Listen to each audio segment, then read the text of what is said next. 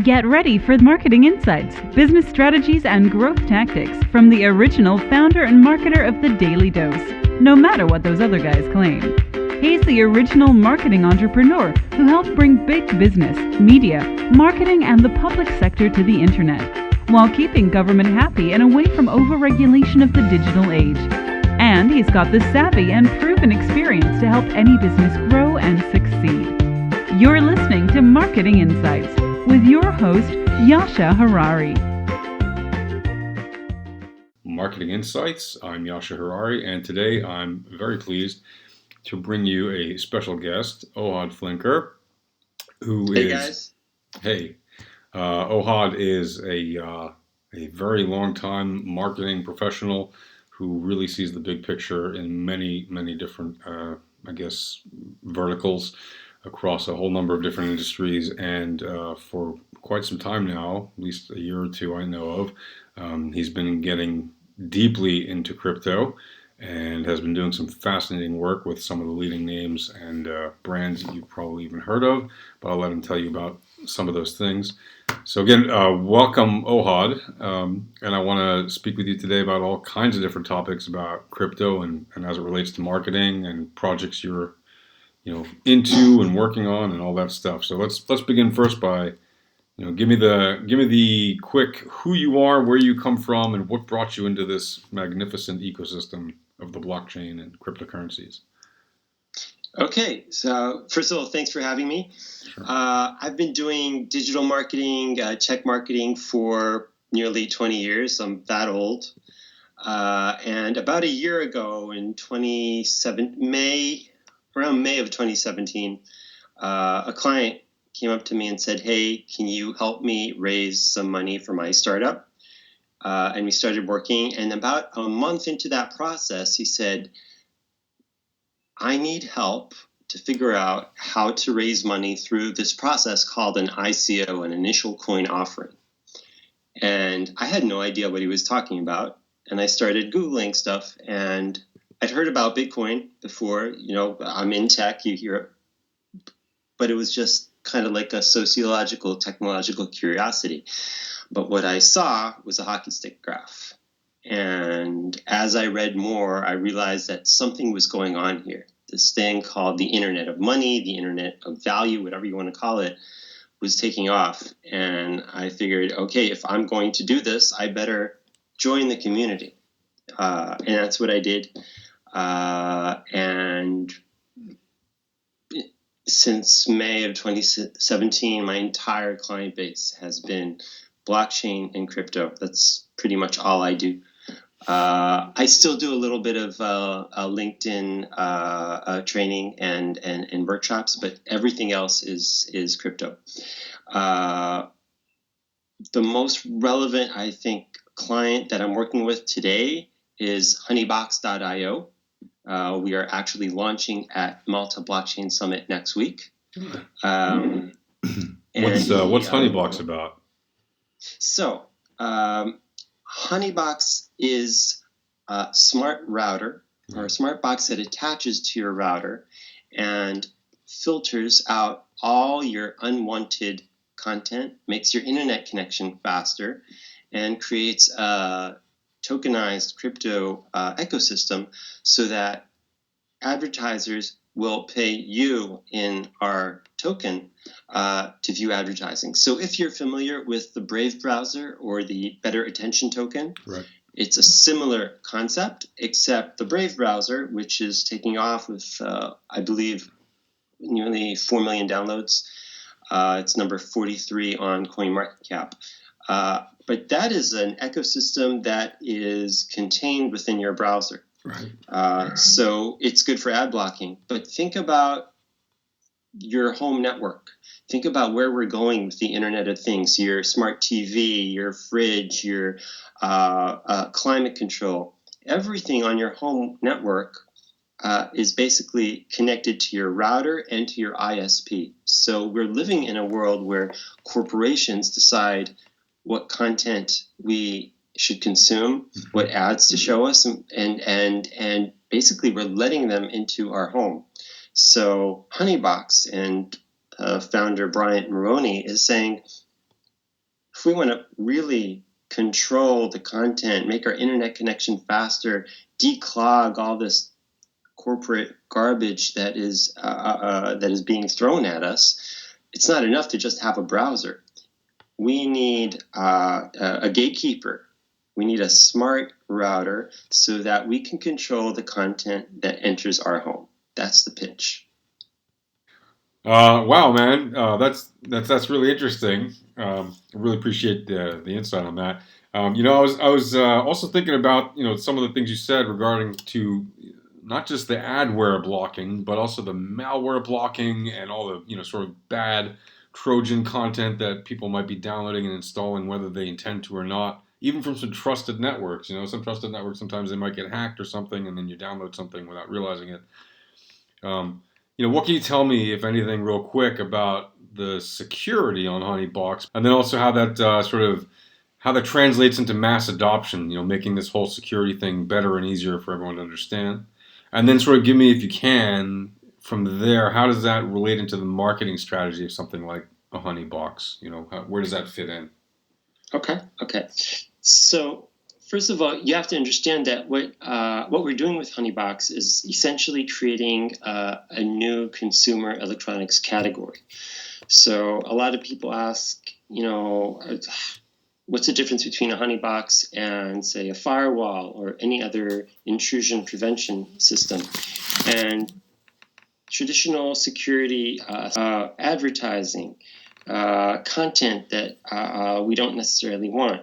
So it's like a gatekeeper that you can filter out potentially if you know how to set up a smart router, but the mass consumer public isn't familiar with those technologies. Right. So the Honeybox essentially plugs into your router and filters out all the content that you don't want and sets up a tokenized ecosystem on the blockchain so that you can be remunerated for content that is presented to you, advertising, paid for content, and everything else just stays out. That also means that your internet connection is much, much faster.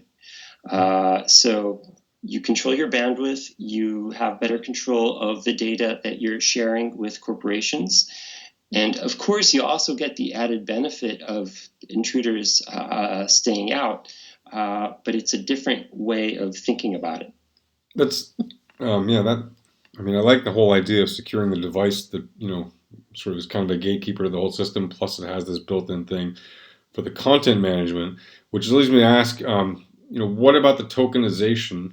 Right, there's some kind of token, the Honeybox token or something. HNY, Honeybox, yes. Right, and people can. For trader, is it something that you'd see as a kind of token that gets high volume of trading, or is it really just a utility sort of token for users of the Honeybox? So it's designed to be a utility token for our ecosystem. Right.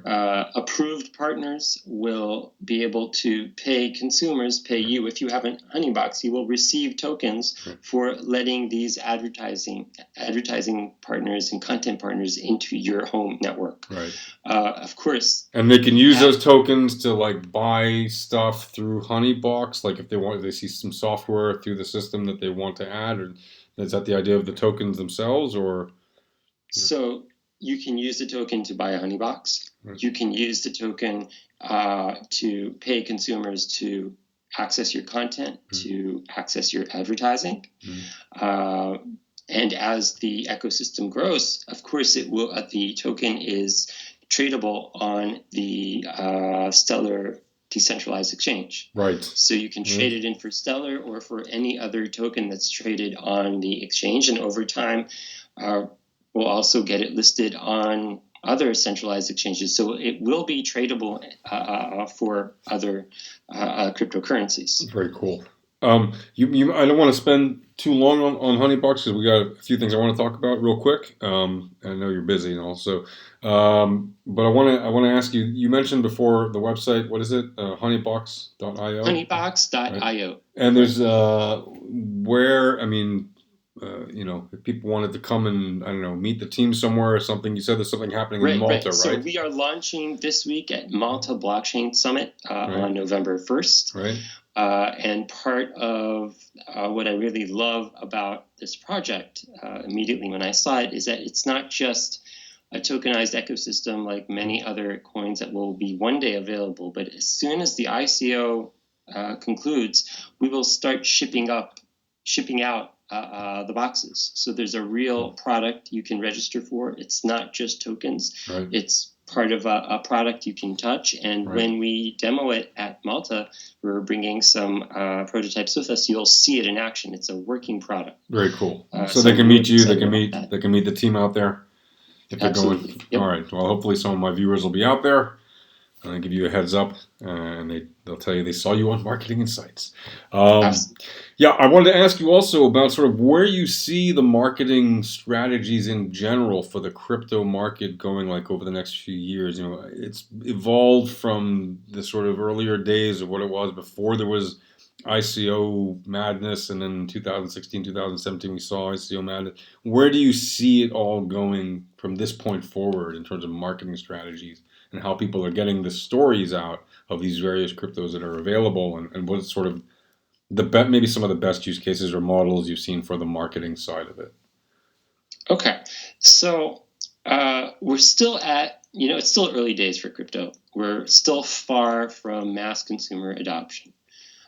So when a big company like Amazon or Facebook or Google says, we accept cryptocurrency, or we're working with crypto, one of the top cryptocurrencies, and that happens, and there's an easy way for consumers to interact, to have a wallet, and to trade, that's when we'll see that mass adoption, and that hasn't really happened yet. There's excitement, there's people are excited about the technology, about the potential, but we're very far from everybody transacting in cryptocurrency. Right. In terms of raising money for token sales, the climate is also very, very different because there was a bull market, the second half of 2017. So it seemed really like it was really easy for anybody to put up a website and write a white paper and raise a lot of money. Right. Those days are gone.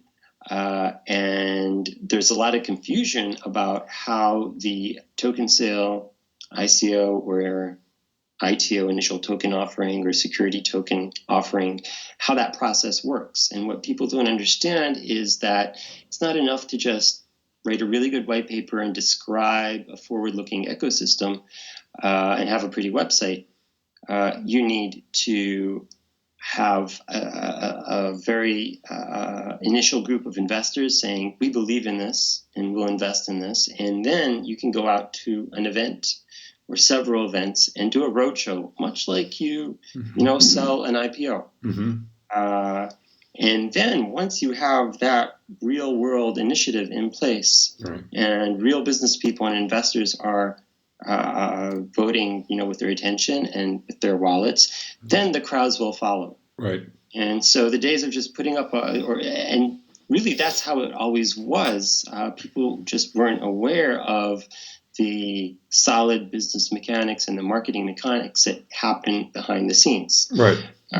So that's still going on. And I believe the ICO model will continue to serve, entrepreneurs and the startup community for years to come. It will just change. Regulation will come in, and, the private equity marketplace and Wall Street will over time embrace crypto. Right. And consumers will embrace crypto, and those worlds will come together. And it's a very slow evolutionary process. Wow, cool.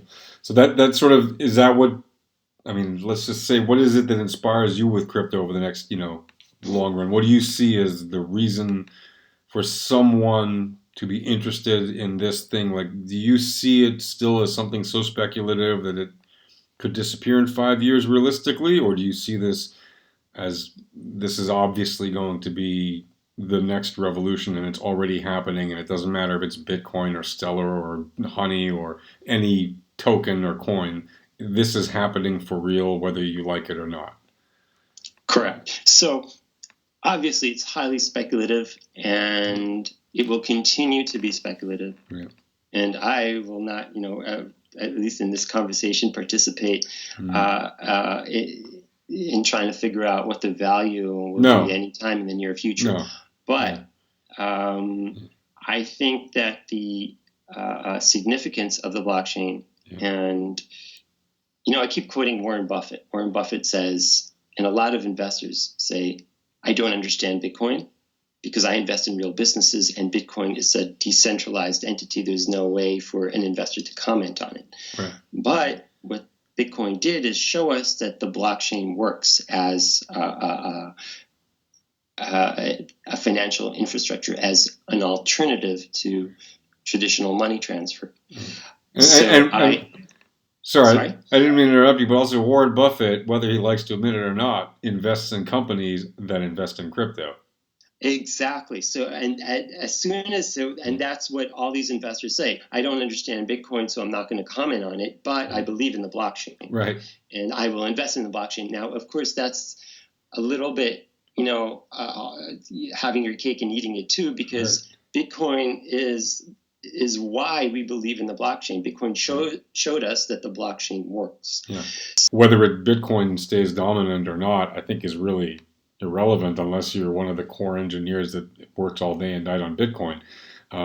If you're just an investor, I don't think that makes a difference. But if you're marketing these coins, I think it's interesting to look at the different approaches that each of these is taking towards telling their story, because you see, Bitcoin was very organically grown over the past 10 years. Some other companies have come through the system much quicker and have shot, to great acclaim or infamy, depending on how you view it, with different kinds of storytelling, different kinds of marketing approaches, some more professional than others. And ironically, some of the ones that seem completely amateur, some sides, succeeded, like, I don't know if I'd call it a success, but in a way it is. Dogecoin, which essentially started as, or Doggy Coin, or however you pronounce it, is like a joke, right? The founder started as a joke, but it's not a joke now.